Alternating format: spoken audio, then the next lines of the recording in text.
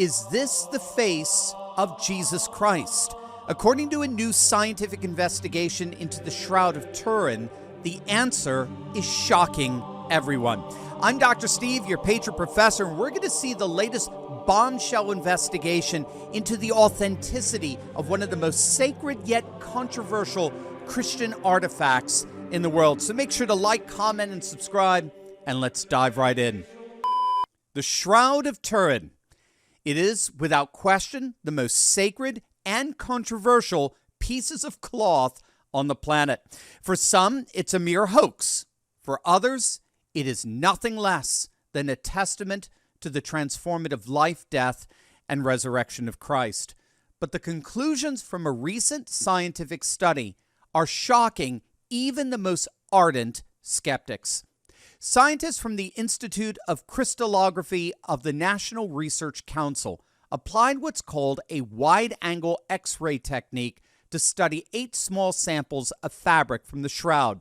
The technique enables researchers to actually examine the garment at a microscopic level, enabling them to determine the time the shroud was actually manufactured. The results of the X-ray examination were astounding. Scientists have confirmed that the shroud was indeed manufactured approximately 2,000 years ago, during the same time period Christ lived, was crucified, and, as the shroud testifies, rose again. Now, this study, of course, contradicts the rather infamous 1988 study that used carbon dating to locate the origin of the shroud to the medieval period, over 1,000 years after the time of Christ. And that, in many respects, closed the case for many skeptics with regard to the authenticity of the shroud. But few realize that that carbon dating was in many respects disproved by a Russian scientist a few years later. We have to remember that the shroud has survived a couple of fires, which is itself miraculous. And this Russian scientist theorized that the intense heat caused isotopic discharges from the silver, wood, and other materials in the shroud's container, so as to affect the molecules of the shroud. And so it wasn't the cloth that dated back to the medieval period, but rather the container in which the cloth was stored that dates back to such a period.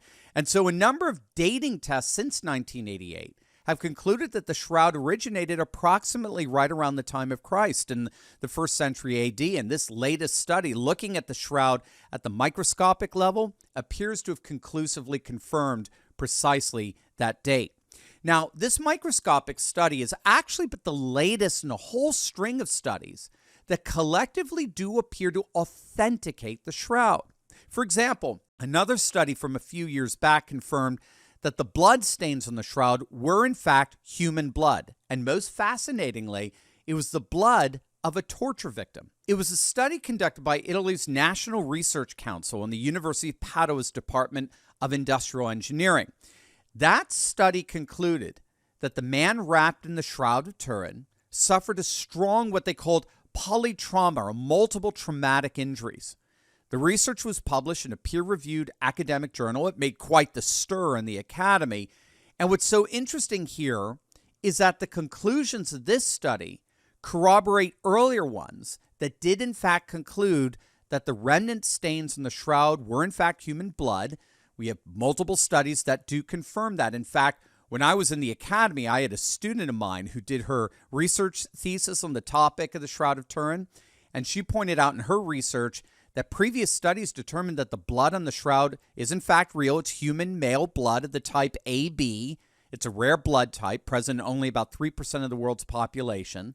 And these studies found a high concentration of the pigment bilirubin, which is consistent of someone dying under great trauma or stress. And what this latest study found, this one from a few years back, was that the blood of the victim exemplifies a high degree not merely of trauma, but of multiple traumatic injuries, such as to the head, torso, wrists, legs, feet. The blood in this current study found nanoparticles of a very particular structure, size, and distribution, which are not typical for the blood of a healthy person, but rather contain levels of creatinine and ferritin found in patients who endured multiple violent traumas, such as in the case with torture. So now we have a study at the micro level that's confirmed the shroud was manufactured during the time of Christ, 2,000 years ago. And we have multiple studies confirming that the blood splotches on the garment were indeed human and that they exemplified an extremely violent death. But there's something even more astonishing here when it comes to the shroud, something that's going to absolutely blow your mind. Gang, as you all know, I'm very passionate about the fact that we can't rescue our nation if we don't first take care of ourselves. And health actually starts with our livers. Now, if you think about it, we throw everything at our livers: cholesterol, alcohol, toxins, Tylenol, statins, cigarettes, you name it. That's why so many of us have a sluggish, fatty liver that makes us gain weight and lose energy. But thanks to today's sponsor, there's a very real solution. Liver Health Formula is an all-natural supplement which contains 12 clinically proven botanicals that help recharge and protect your liver at the cellular level. It's manufactured right here in the USA and is approved by independent American doctors. And if you click on that link below, you can try Liver Health Formula and receive a free bottle of blood sugar formula when you order today. So don't let a fatty liver keep you sluggish and inactive. Gang, many of you know this is really personal for me. I myself recently lost over 60 pounds, and I could say it was one of the best decisions I've ever made. So now it's your turn. Click on that link below or go to getliverhelp.com/Turley and claim your free bonus gift. That's getliverhelp.com/Turley. This is the San Salvador Cathedral in Oviedo, Spain. This cathedral houses a relic known as the Sudarium Christi, the face cloth of Christ.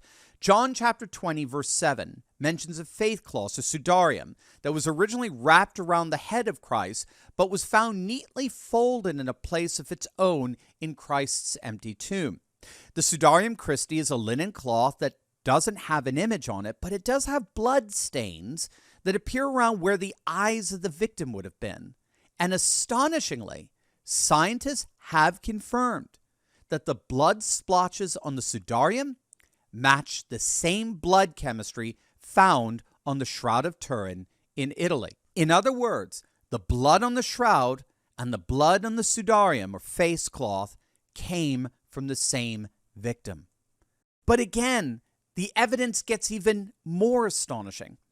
The Shroud of Turin has also been found to have pollen particles that are specific to the area of Jerusalem, and amazingly found only at the beginning of springtime, say in late March, which would have been the time of the Passover when Christ was crucified. It's no wonder that my student concluded that with the dating of the cloth to the 1st century, its proximity to Jerusalem via the pollen particle testing, and the human blood revealing a figure who suffered trauma like that suffered by Jesus of Nazareth in his crucifixion, she concluded that the image of the Shroud of Turin is in fact the face of Jesus Christ. So the Shroud of Turin continues to be one of the most mysterious, perplexing, and indeed fascinating enigmas of our time. And I've got to admit that I'm more and more impressed at the evidence of its authenticity as another historical indicator marking the resurrection of Jesus Christ from the dead and the blossoming of a world wherein all things are made new.